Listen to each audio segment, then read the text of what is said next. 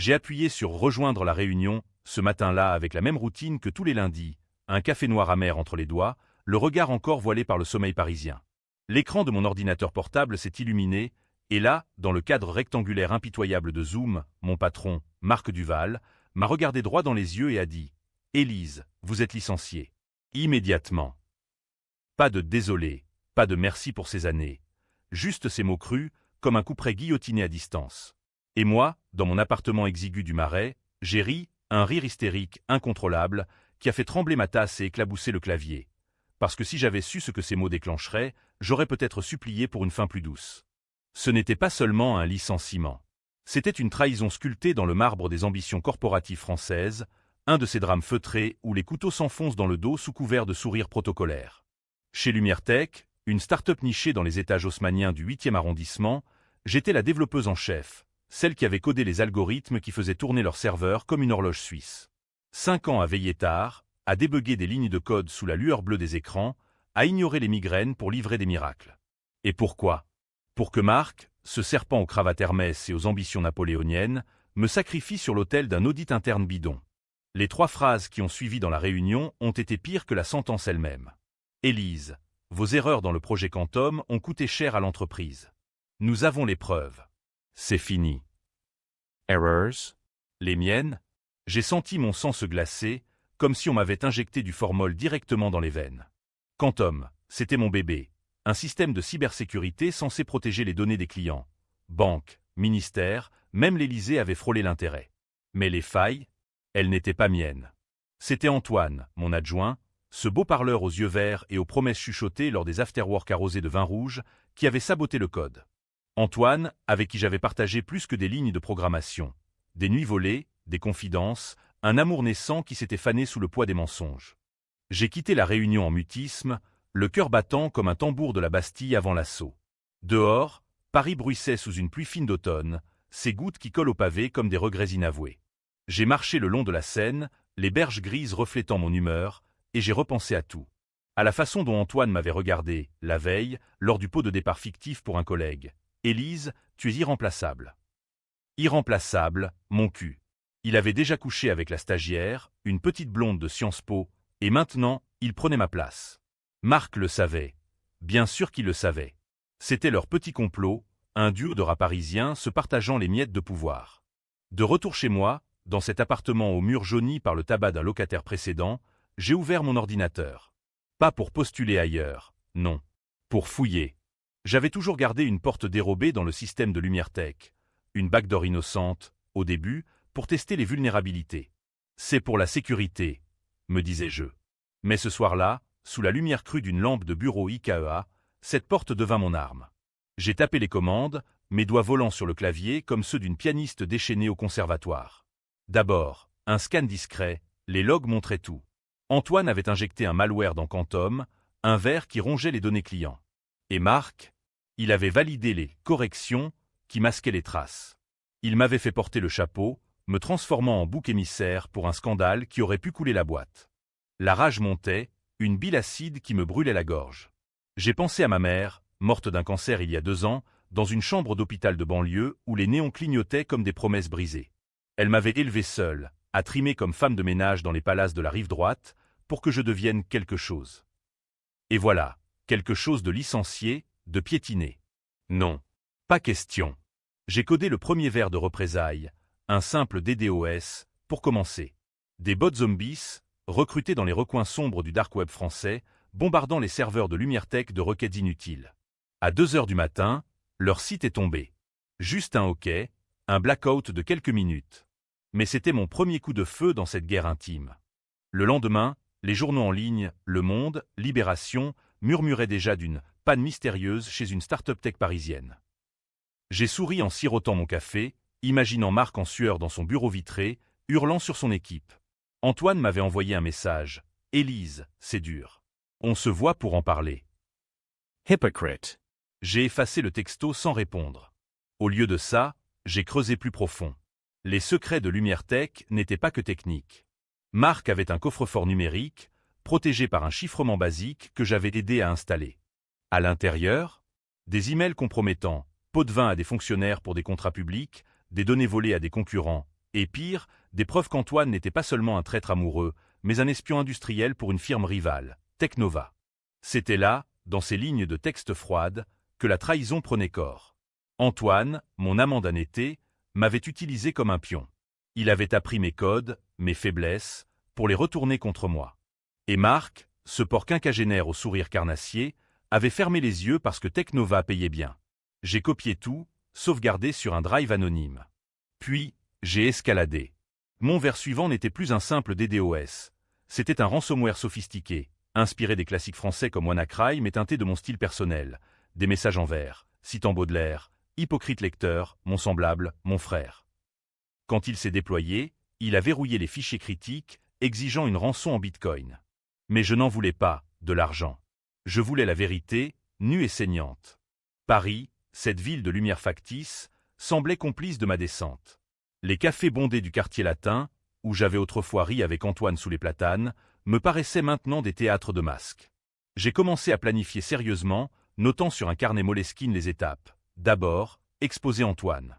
Un email anonyme à la presse, avec des extraits des logs. Puis, frapper Marc là où ça fait mal. Sa réputation, son empire de verre et d'acier. Mais au fond de moi, une voix murmurait. Et si j'allais trop loin? Et si cette vengeance me transformait en monstre pire qu'eux? Je l'ai ignoré, noyé dans un verre de Bordeaux bon marché. La première riposte publique est tombée comme une guillotine.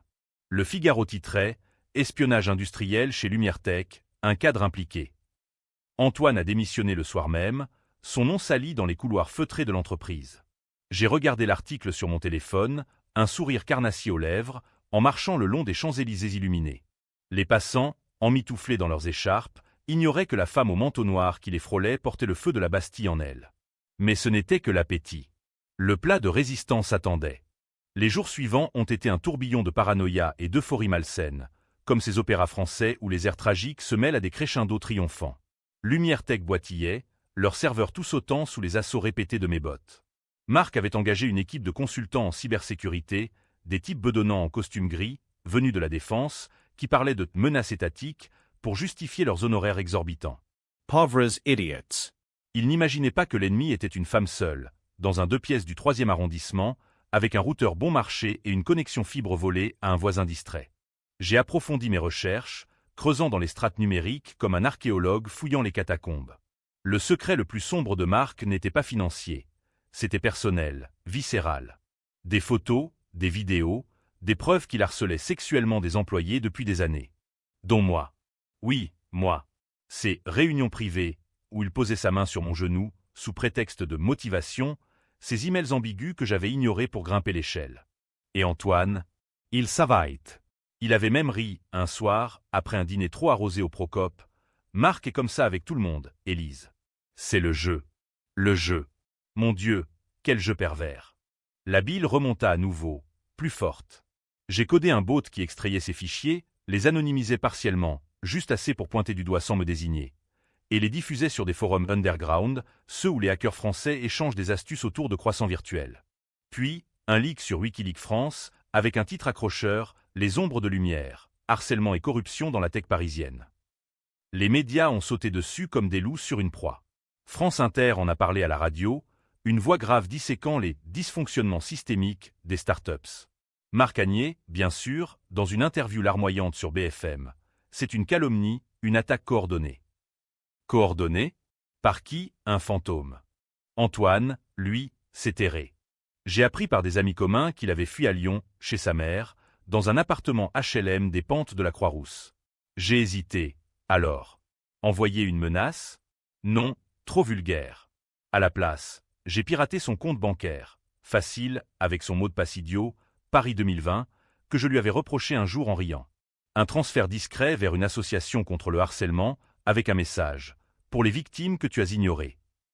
Il a dû flipper en voyant son solde fondre comme neige au soleil de juillet. Mais la tension montait, UAM et palpable, comme l'air lourd avant un orage sur la tour Eiffel.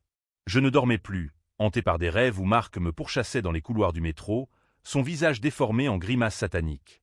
Et pire, une culpabilité sournoise. Étais-je en train de détruire des innocents?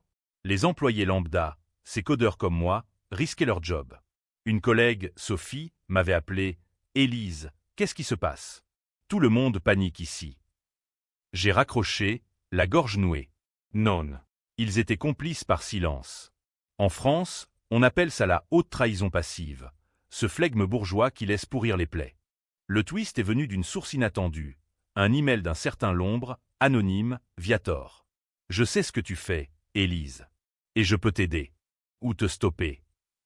Mon cœur a manqué un battement. Qui? Un allié? Un piège? J'ai répondu, prudente, et une rencontre a été fixée. Un café anonyme près de la Sorbonne, sous la pluie battante. J'y suis allé, capuche relevée, comme une espionne de roman de gare. L'homme qui s'est assis en face était un quinquagénaire aux lunettes rondes, un ancien de la DGSI, les services secrets français. Je travaillais sur Quantum avant, a-t-il dit d'une voix rauque. Marc m'a viré pour les mêmes raisons que toi. Utilise-moi. Avec son aide, mon plan a pris une ampleur shakespearienne, teinté de ce fatalisme français où la vengeance est un article. On a conçu le coup final, un vermètre, guillotine.exe, qui non seulement rayerait les données de LumiereTech, mais les rendrait publiques en un flux continu. Contrats illégaux, harcèlement, tout. Mais Lombre avait ses motifs. Il voulait les preuves pour un dossier personnel contre Marc, lié à un scandale plus grand, des fuites vers la Russie. J'ai accepté, mais avec une clause, je décidais du timing. La nuit avant le lancement, j'ai marché seul le long du canal Saint-Martin, les lumières des péniches dansant sur l'eau noire. Étais-je encore Élise, la geek idéaliste, ou une furie sortie des enfers hugoliens? Le lancement a été électrique. À 6 heures du matin, heure de pointe parisienne, Guillotine s'est déchaînée. Les serveurs de LumiereTech ont hurlé, puis implosé. Leur site, hors ligne pour de bon. Les emails internes, floudés sur Twitter, avec des hashtags Lumière Noire et Vengeance Tech. Marc a convoqué une crise en visio d'urgence, ironie du sort, sur Zoom. J'ai hacké la réunion, diffusant en live les preuves les plus damning. Une vidéo de lui, ivre, agressant verbalement une ex-employée. Le Monde a vu. Les actions de la start-up, cotées au CAC 40, ont chuté de 40% en une heure. Chaos. Pur chaos. Pourtant, au milieu de ce triomphe amer, Antoine m'a contacté. Pas un texto, non, une lettre manuscrite, glissée sous ma porte. Élise, je sais que c'est toi. Rejoins-moi. Tout n'est pas ce que tu crois. Mon pouce est accéléré. Un piège? Ou une confession? J'ai déchiré la lettre, mais les mots restaient gravés. La ville de Paris, cette grande séductrice aux cicatrices cachées, semblait maintenant me juger de ses yeux de pierre. Les affiches électorales pour les municipales, des sourires plastifiés promettant sécurité et innovation, me narguaient depuis les murs lézardés du boulevard Sébastopol. J'avais mis LumiereTech à genoux, mais le prix? Une insomnie chronique, des migraines qui pulsaient comme des sirènes de police, et cette ombre, l'ombre, qui me talonnait désormais comme un amant jaloux. On passe à la phase 2, avait-il smsé. Phase 2, impliquer les autorités, mais pas les flics ordinaires, la BRDE, la Brigade de répression de la délinquance économique, ces limiers en col blanc qui chassent les cols blancs. J'ai rencontré l'ombre dans un bistrot caché de Belleville, l'un de ces troquets où les anciens résistants sirotaient encore leurs pastis en évoquant De Gaulle. Il avait apporté un dossier physique, papier jauni, reliures usées, des copies de contrats que Marc avait signés avec des oligarques russes via des sociétés écrans à Chypre. C'est du blanchiment pur, a-t-il murmuré, ses yeux plissés comme ceux d'un Victor Hugo en exil. Mais pour le coincer, il faut un appât. L'appât, c'était moi. Je devais feindre une fuite contrôlée, attirer Marc dans un piège où il avouerait tout sur enregistrement. Facile, en théorie. En pratique, marcher sur un fil tendu au-dessus de la Seine, avec le vent de la trahison en rafale. Antoine refusait de sortir de ma tête. Sa lettre brûlait dans ma corbeille, mais ses mots, « tout n'est pas ce que tu crois », étaient un ver qui rongeait ma résolution. J'ai craqué, un soir de faiblesse, après 3 verres de Calva dans un bar à Absinthe du Sentier. J'ai googlé son numéro, appelé. Sa voix, rauque et brisée, Élise. Dieu merci. On s'est vu le lendemain, dans un parc anonyme près du Panthéon, sous les statues de ces grands hommes qui avaient eux-mêmes trahi leurs idéaux. Il était maigre, les traits tirés, une barbe naissante qui le faisait ressembler à un Rimbaud déchu. Marc m'a forcé, a-t-il juré, les larmes aux yeux. Il savait pour nous, pour notre liaison. Il a menacé de tout balancer à ta famille si je ne sabotais pas Quantum. Ta mère. Il avait ses dossiers médicaux. Un mensonge? Une vérité? Mon cœur, ce traître, a vacillé. Antoine avait toujours su appuyer là où ça faisait mal.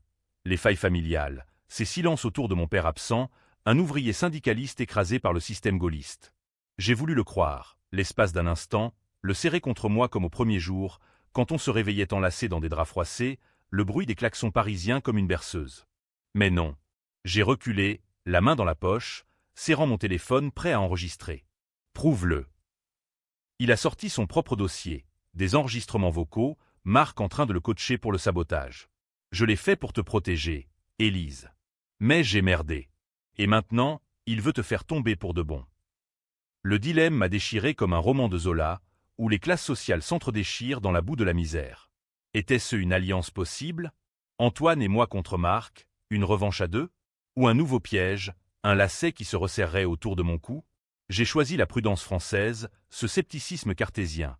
J'ai copié les fichiers, mais gardé mes distances. On frappe ensemble, alors. Mais si tu me trahis encore, avec ces nouvelles munitions, Guillotine a évolué.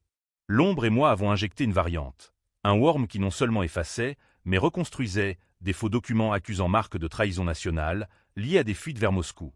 C'était borderline, illégal jusqu'à l'os, mais dans ce climat de tension franco-russe, post-Ukraine, ça collerait. La presse s'emballerait, les politiques hurleraient au scandale. Et moi? Je serais la whistleblower anonyme ou la terroriste numérique. Les lignes s'estompaient, floues comme la brume sur le pont des Arts. Le jour J, j'ai lancé la phase à pas. Un email à Marc, spoofé comme venant d'Antoine. Rencontrons-nous. J'ai les preuves contre Élise. Hôtel de Crillon, ce soir. J'ai hacké les caméras de l'hôtel. Merci, les failliotés françaises si généreuses, et planqué un micro dans la suite. Marc a mordu, bien sûr, ce requin affamé. Antoine est arrivé, nerveux, et la conversation a dérapé en confession. Marc avouant tout, les pots de vin, les harcèlements, le sabotage orchestré. Élise était parfaite pour porter le chapeau. Une femme, ambitieuse, isolée. Personne ne la croirait. J'ai écouté en direct, depuis mon perchoir virtuel, les ongles enfoncés dans les paumes jusqu'au sang. Mais le twist est survenu comme un coup de théâtre racinien. Au milieu des aveux, Antoine a pivoté. Et si on la tirait ici, patron? Elise. On la fait craquer, on filme sa folie. Marcari, un glusment gras. Excellente idée. Elle est déjà à moitié dingue. Mon sang s'est figé. Trahison sur trahison. Antoine n'était pas une victime. Il était le marionnettiste, jouant sur deux tableaux pour me briser complètement. J'ai coupé la connexion, le cœur en lambeaux, et lancé Guillotine en mode apocalypse. Les serveurs de Lumière Tech, Pulverizers. leur backup cloud, infectés, propagés à des partenaires, banques, assureurs, tout le réseau parisien de la finance tech vacillait. Les sirènes hurlaient dans ma tête, mais dehors, Paris dormait encore, ignorant le tremblement de terre numérique qui s'annonçait. L'aube s'est levée sur une capitale en ébullition, un Paris cybernétique où les tours de la défense clignotaient d'erreurs fatales comme des phares en détresse. Les infos déferlaient, cyberattaque massive, Lumière Tech paralysée, économie française touchée. Le Premier ministre, en cravate impeccable, promettait une enquête de la CNIL et de l'ANSSI, ces gardiens numériques de la République. Marc était aux abonnés absents, terré dans son pantouse de l'avenue Montaigne. Mais Antoine? Lui, j'allais le traquer comme un Voltaire pourfendant l'obscurantisme. L'ombre m'a appelé. Pas un texto, une voix déformée sur un burner phone. Tu as merdé, Élise. Il remonte à toi. Les logs IP, tes backdoors. Amateur. Amateur? Moi, qui avais codé des firewalls impénétrables. La rage m'a submergé, mais il avait raison. Dans ma fureur, j'avais laissé des traces, un fingerprint digital, une signature dans le code, un clin d'œil à mon pseudo d'étudiante, Élysée Code. Les chasseurs étaient lancés, pas seulement la police, mais des chasseurs de primes privées, engagés par les assureurs ruinés. J'ai fui, d'abord. Un train pour Lille, puis un covoiturage anonyme vers la Normandie, ces côtes battues par les vents où ma mère m'emmenait enfant pour respirer l'air pur. Dans une chambre d'hôte au volet vert, face à la mer agitée de Deauville, j'ai recompilé mes armes. Pas de regret. En France, la vengeance est un droit presque constitutionnel, gravé dans les plis de l'histoire révolutionnaire. Mais la peur, cette garce, s'insinuait. Et si je finissais comme ces hackers condamnés à des peines alourdies par la loi Sapin 2, en cellule avec des cols blancs plus rusés? Antoine m'a retrouvé. Comment? Un tracker GPS dans mon téléphone, que j'avais oublié de flusher. Il a débarqué un soir pluvieux, trempé comme un chien abandonné, suppliant à la porte. Élise, écoute-moi. Marc est faux. Il prépare un contre-coup. accuser un complot étranger, te désigner comme la taupe russe. J.I.R. Amer. Et toi? Ton petit jeu au crayon. Il s'est effondré à genoux, les mains tendues. C'était pour te tester. Pour voir si tu tiendrais. Je t'aime, bon sang. Depuis le début. Amour? Dans ce cloaque? Mais ces yeux verts qui m'avaient ensorcelé au Louvre un soir d'été, imploraient. J'ai craqué, les fait entrer, et cette nuit-là, on a fait l'amour comme des damnés, un corax en grave corps fiévreux où la haine et le désir se confondaient en un nœud gordien. Au matin, la vérité a éclaté. Antoine n'était pas un traître total. Il avait joué double jeu pour Marc, oui, mais pour me protéger d'un pire, un chantage plus profond, lié à mon passé. Mon père, cet ouvrier mort dans un accident suspect sur un chantier patronal en 1981, n'était pas une victime du hasard. Marc, jeune cadre alors, avait couvert le sabotage syndical. Ta mère le savait, a murmuré Antoine. C'est pour ça qu'elle t'a poussé dans la tech, pour que tu venges. Le secret Chonju, celui que j'avais porté comme un fardeau anonyme, explosait maintenant en 1000 éclats. Avec ça, le chaos trao s'est cristallisé. Retour à Paris, incognito, via un Eurostar détourné. L'ombre nous a rejoints, trio improbable, comme dans un polar de Simenon, où les improbables s'allient contre le mal absolu. On a orchestré le coup final, une conférence de presse bidon, hackée en live sur les chaînes nationales. Marc, invité comme l'expert en crise cyber, s'est retrouvé face à un écran géant diffusant ses aveux, les miens, les preuves. Mesdames et messieurs, a tonné une voix synthétique, la mienne, modulée. Voici la face cachée de Lumière Tech. Corruption, harcèlement, meurtre indirect. Le studio a basculé dans le chaos. Marc, blême, a bondi de sa chaise, hurlant des injures. Les viewers, des millions, ont explosé en débat. Justice pour Élise contre terroristes cyber, les réseaux en feu, les intellectuels comme on ferait tweetant sur la vengeance légitime du peuple numérique. Mais la décision controversée est venue de moi. Pardonner Antoine? Ou le sacrifier? Dans l'euphorie du hack, j'ai choisi le pardon. Un baiser volé dans les coulisses, un pacte scellé dans le sang des traîtrises passées. Les lecteurs, vous diviseriez, romantique ou naïve, héroïne ou vendue. La police a débarqué trop tard. On s'était volatilisé dans les métaux du métro, direction l'aéroport d'Orly. L'exil a commencé par un vol low cost pour Lisbonne, cette sœur aînée du fado et des regrets, où les rues pavaient murmure des histoires de marins perdus. Antoine et moi, sous de faux noms, Élise devenait Claire, lui Paul, nous nous sommes installés dans un appartement ensoleillé de l'Alfama, avec vue sur le Tage scintillant. L'ombre avait filé aux États-Unis, un nouveau dossier en poche, laissant derrière lui un virement anonyme, assez pour recommencer. Lumière Tech. Dissoute, Marc en garde à vue au quai des Orfèvres, accusé de toute fraude, harcèlement et même complicité dans l'accident de mon père, exhumé par des journalistes tenaces. La France débattait encore. Étais-je une justicière, une anarchiste digitale ou une psychopathe vengeresse? Les livres sortaient déjà, les podcasts disséquaient mon cas, et moi, je sirotais un vino verdé en riant doucement. Mais le twist final, celui qui vous entra, est survenu 6 mois plus tard, par un email banal. Félicitations, Élise. Tu as gagné. Signé Marc. Libéré sous caution, il avait fui, et pire, il avait un enfant de moi. Non, pas littéral, un enfant numérique, un AI cloné de mon code, infiltré dans les gouvernements européens. Ma backdoor, mon bébé quantum, perverti en arme de surveillance massive. J'avais gagne titaille, non seulement pour Antoine, mais pour le monde. En vengeant mon honneur, j'avais semé les graines d'un Big Brother français, exporté. Antoine, sentant mon désespoir, a proposé la fuite ultime, on le détruit ensemble. Mais dans la nuit portugaise, lourde d'odeur de sardines grillées, j'ai choisi le Bic ACH. J'ai codé l'antidote, un kill switch global, mais au lieu de le lancer, je l'ai envoyé à Marc avec un message. Prends-le ou péris. Il l'a pris, bien sûr. Et moi? J'ai effacé tout, y compris mes traces d'amour pour Antoine. Un matin, il s'est réveillé seul, mon billet pour Paris en évidence. Retour aux sources, pour affronter les juges, les caméras, le peuple divisé. Aujourd'hui, en cellule provisoire de Fresnes, j'attends le verdict. Héroïne ou criminel? Vous décidez. Mais dans le silence des murs de béton, je murmure. La revanche est un poison doux, et la France, cette amante cruelle, c'est mieux que quiconque en savourait l'amertume.